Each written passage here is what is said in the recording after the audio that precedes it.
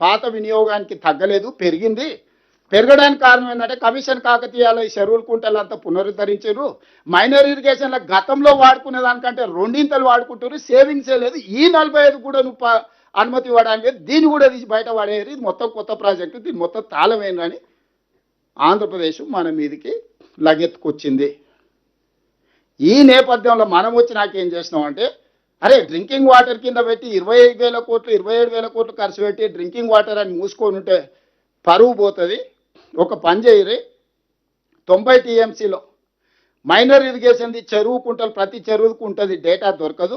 Cluster కింద మాకు అనుమతి ఇవ్వండి అంటే ఓ మండలం ఓ రెవెన్యూ డివిజన్లో ఎన్ని చెరువులు కుంటలు ఉన్నాయి, దాంట్లో 30 ఏళ్ళ డేటా మేమంతా లెక్క కట్టుకొని వస్తాం.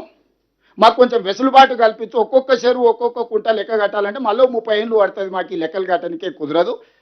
రాష్ట్రం విడిపోవడం వల్ల డేటా కూడా మా దగ్గర సరిగ్గా లేదు. ఉన్నంతలో క్లస్టర్ కింద తీసుకొచ్చి మీకు ఇస్తాము. దాని ప్రకారం ఫస్ట్ 45 టీఎంసీలు సాగునీటి ప్రాజెక్టు నిర్మించుకోవడానికి మాకు అనుమతి ఇవ్వండి. ఈ ప్రాజెక్టులన్నీ మేము ముందుకు వెళ్తాం. మిగతా 45 ట్రిబ్యునల్ ముందు వచ్చినప్పుడు మిగతా 45 చేసుకుని ఫస్ట్ ఏదో ఒకటి సాగదీద్దామని ముందుకు వెళ్దాం అనే దాని మీద మీ 45 టీఎంసీలకు ఉత్తమ్ కుమార్ రెడ్డి గారు అదే లేఖ రాశారు. టోటల్ మీద మాకు 90 టీఎంసీలు. ఫస్ట్ ఫేజ్లో మా సేవింగ్స్ 45 టీఎంసీలకు మేము పనిచేసుకుంటాం అనుమతి అన్నారు. దీంట్లో 2 ఉన్నాయి. ఈ అనుమతి వస్తే ఈయన 11.5 రేట్ ఆఫ్ ఇంట్రెస్ట్లో లోన్లు తెచ్చిండు ఫస్ట్.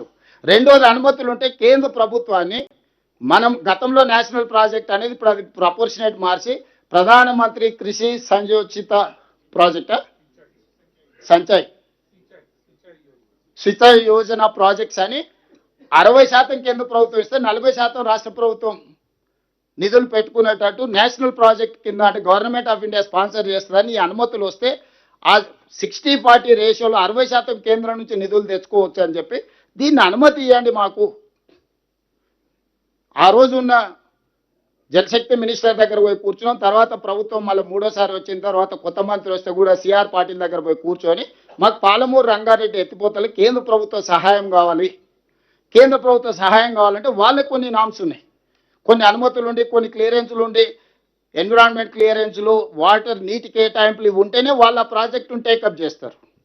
వీటన్నిటిని దృష్టిలో పెట్టుకొని మా మైనర్ ఇరిగేషన్లో మేము క్లస్టర్ కింద డేటా మీకు సబ్మిట్ చేస్తాము.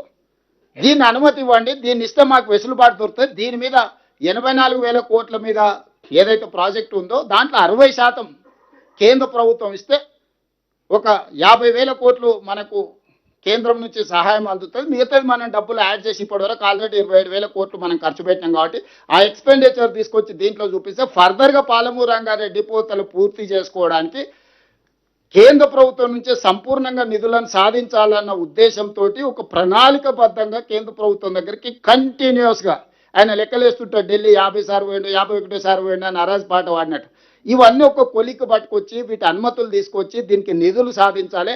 ఒకవేళ ఇవ్వకపోయినా కేంద్ర ప్రభుత్వం ఇవ్వకపోయినా అనుమతులు ఉన్న ప్రాజెక్టుకు బ్యాంకులు 7.25% రేట్ ఆఫ్ ఇంట్రెస్ట్లో మనకు లోన్లు వస్తాయి. ఈరోజు చంద్రశేఖరరావు 11.5% రేట్ ఆఫ్ ఇంట్రెస్ట్ 12 సంవత్సరాలకు లోన్ తెచ్చిండు. కానీ అనుమతులు ఉన్న ప్రాజెక్టుకు మనం లోన్కి వెళ్తే 7.25% రేట్ ఆఫ్ ఇంట్రెస్ట్ 35-40 ఏండ్ల టర్మ్ లోన్ కింద ఇవ్వడానికి కూడా మనకు అవకాశం ఉంది. అందుకోసం ఎట్లయినా మొదటి విడతగా 45 టీఎంసీలు, రెండవ విడతల ఇంకొక 45 టీఎంసీలకు నీటి అనుమతులు సాధించి సిడబ్ల్యూసి క్లియరెన్స్ తీసుకొచ్చి బ్యాంకుల దగ్గరకు వచ్చి లోన్లు తీసుకొచ్చి ఏదో రకంగా ఈ ప్రాజెక్టును పూర్తి చేయాలని మనం బలమైన వాదన వినిపించి ముందుకెళ్తుంటే ఇప్పుడు ఇదంతా జరిగేటట్టే ఉన్నది. మన పర్సనల్ రిలేషన్స్ అనుకోండి, లేకపోతే ఎవ్రీ టైం ఉత్తమ్ కుమార్ రెడ్డి గారు వెళ్ళి కోర్టులో కూర్చుంటారు. మేము పోయి కన్సర్న్ మినిస్టర్ సుప్రీంకోర్టులో వేసిన ఇంకెన్ని సంవత్సరాలు మీ ట్రిబ్యునల్ పనిచేస్తుంది, 21 సంవత్సరాలు అయింది, ఇంకో 20 ఏళ్ళు చేస్తారా? నెక్స్ట్ 1 ఇయర్లో 12 మంత్స్లో tribunal has to decide. Tribunal ఖచ్చితంగా ఆయనకు 84-85 సంవత్సరాలు వచ్చినాయి, ఆయనకు 65 ఏళ్ళు ఉన్నప్పుడు ఆయన నెత్తి, ఇప్పుడు ఆయనకి 85 ఏళ్ళు వచ్చినాయి.